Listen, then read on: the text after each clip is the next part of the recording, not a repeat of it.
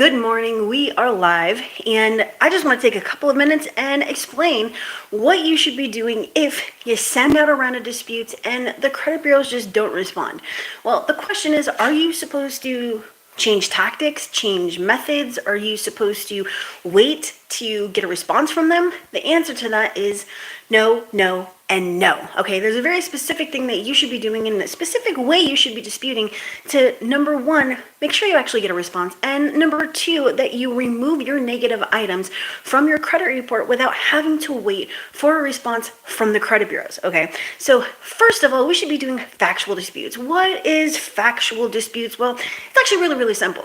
You take the information directly from your credit report, you plug it into the JERO formula, and guess what? You send it out. That is factual disputes. You're using the facts from your credit report, okay? That is number one, okay? Number two, I personally, this is just me, I don't know about you, but I personally would rather that my clients are, I don't know, upset or disappointed that that they actually have to wait because I'm consistently disputing and not getting an answer than to tell them, hey, we're just waiting for a response from the credit bureaus, so I'm not going to send anything else out.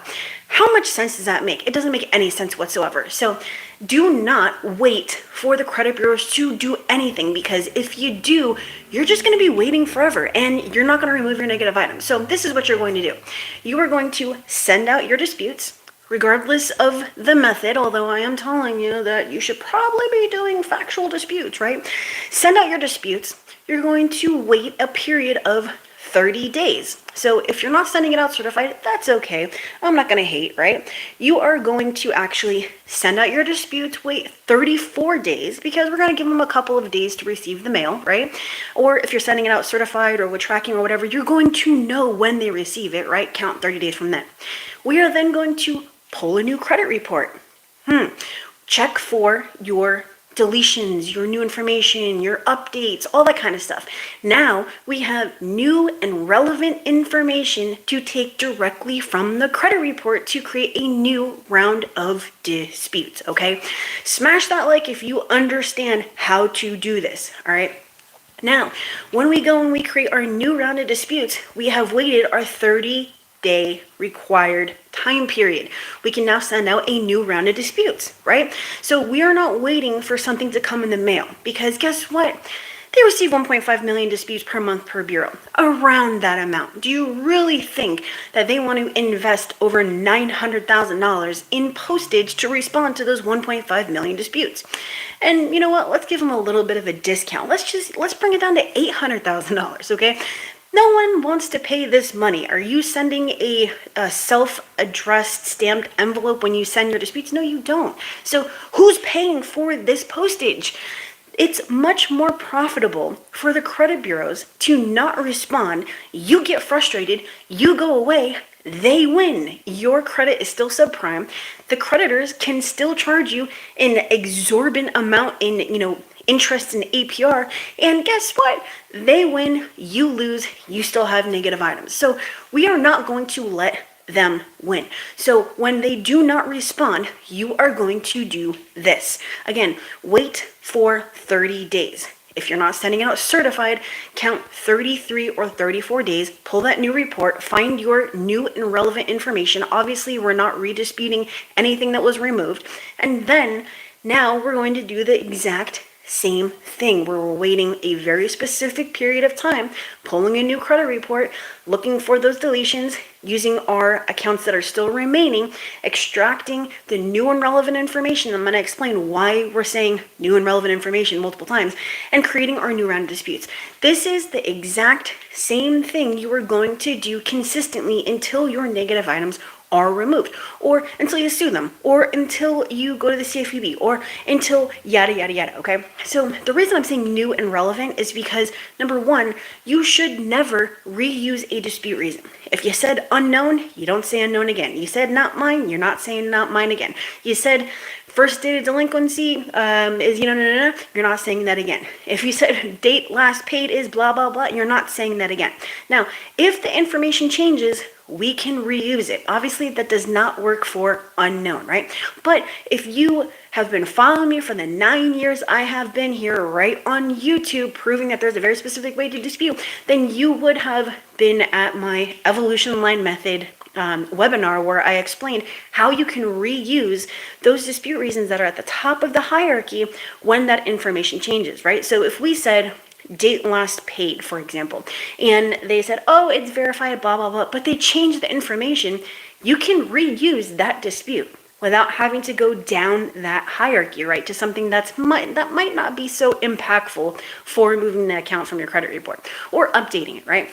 So new and relevant. Here's the deal. If you have ever seen that Experian sends that letter that says, we're not going to reinvestigate unless you have new and relevant information or something from the court or the creditor, blah, blah, blah, pursuant to section 611, yada, yada. It's right from there.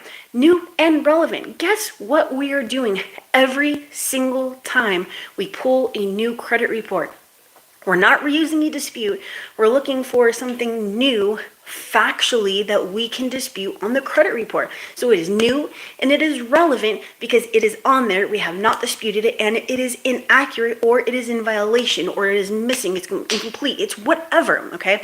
That is why I said new and relevant like 3 different times. Okay. So this is literally what I do every single round for my clients. Speaking of which, if you do not want to deal with this, you don't understand how to factually dispute or how to use templates or how to, avoid the different things that you should not be doing, like identity theft, online disputes, phone disputes, so on and so forth, head over to my740.com, schedule a call with me, and I will see if I can help, because that's the point of the call. I only offer my services to people who I know, based off my 12 years of doing this, okay?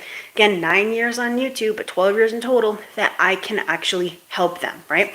So don't get frustrated, right? There's a little bit of a motivational talk here. Don't get frustrated. The worst thing that you can do, really in any situation, but specifically this, is get frustrated because the bureaus don't care when you walk away. Oh, I'm just gonna forget about this. They don't care about that. They don't care if you go away. They win, like I said in the beginning, right?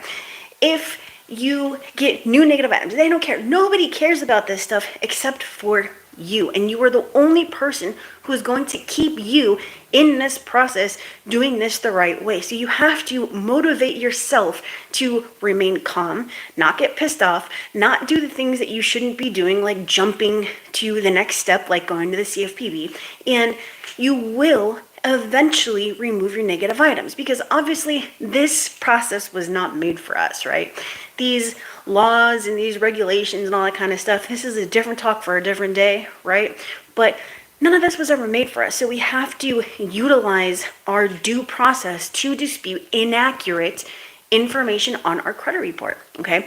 And again, the only person who is going to help you to do this is you. So don't get pissed off.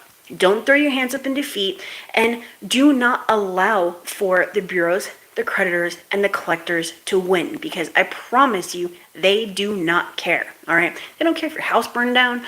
They don't care if, they don't care. I can give you an entire list of things that they don't care about. They don't care about any of those things other than making money. And remember, the credit bureaus are in the data business, okay?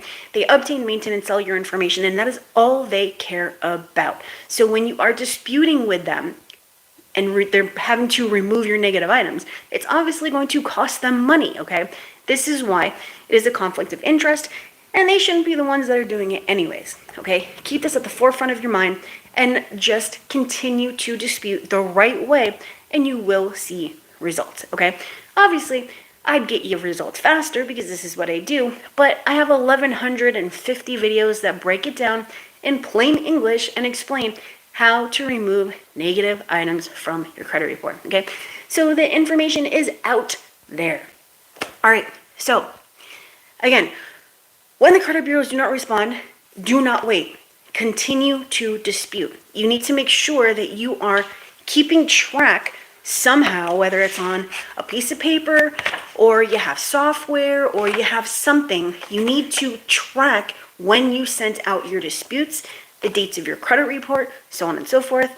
And you might actually need these details if you have to go to the CFPB. Okay, so all I wanted to do was motivate you a little bit today because we are at the beginning of the week. Remember, this is the busiest time for the credit bureaus, so we need to leverage that, all right? So if you want to get results, start disputing right now so that you can move into the new year with good credit, because everything has to do with your credit. You need somewhere to live, you need good credit. Need something to drive, you need good credit. You want your kids in a better school, you need good credit, all right? So that also goes with having money in your wallet and where you work, and I mean, just everything, your car insurance, your homeowner's insurance, I mean, everything literally has to do with your credit, which is obviously why it's not that simple, right? Removing negative items is difficult, but it is possible. Removing negative items is difficult, and if it were so simple, these things wouldn't go on there. Or they would just give you the house, or the loan, or the credit card, or the vehicle, right? I mean, so when someone says, hey, John, hey, Jane, you know what? It's really as simple as just this letter right here. Just put your information on it and pop that baby in the mail, and 30 days later, you're going to get some results, all right? So you want to get that loan paper started? Dude, it's not like that, all right? I wish it were. It would make my job so much easier, all right? 1 month, 30 days, 15 days versus, 6 to 9 months. I mean, come on, man. I run a business here.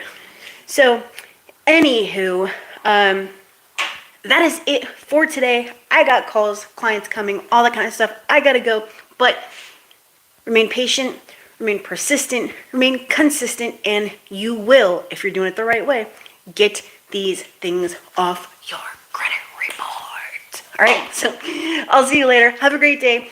Smash that like, subscribe if you have not done so, and that is it. Bye.